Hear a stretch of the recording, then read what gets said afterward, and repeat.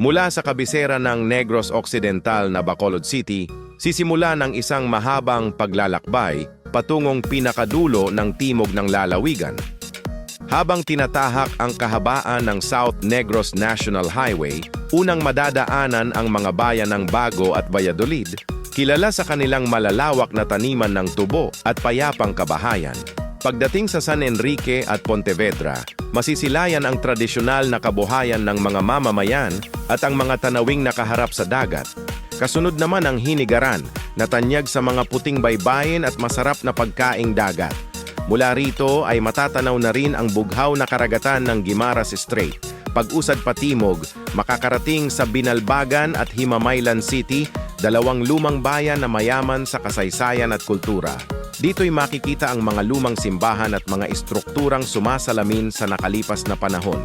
Pagsapit sa Kabangkalan City, isa sa mga sentrong lungsod ng Negros, masisilayan ang malalawak na kalakalan at modernong kabuhayan. Ito rin ang daan patungo sa kabundukan ng Negros, ngunit kung magpapatuloy sa timog, sasalubong ang mga bayan ng Ilog at Kawayan.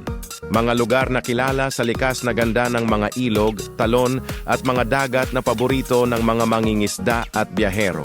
Pagdating sa Sipalay City, unti-unting nagiging mas kahanga-hanga ang tanawin, mga buhanginan, baybayin at isla na nagmistulang paraiso para sa mga turista.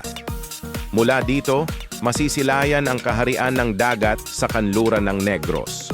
Huli at pinakadulo sa timog ng lalawigan ay ang Hinubaan, isang bayan na sumasalubong sa hangganan ng Negros Oriental.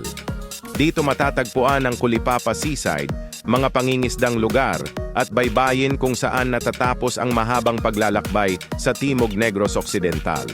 Sa kabuuan, ang biyahe mula kabisera hanggang dulo ng timog ay tila isang paglalakbay sa kasaysayan at kalikasan. Mula sa makasaysayang mga bayan hanggang sa paraisong baybayin na nagtatapos sa hangganan ng lalawigan.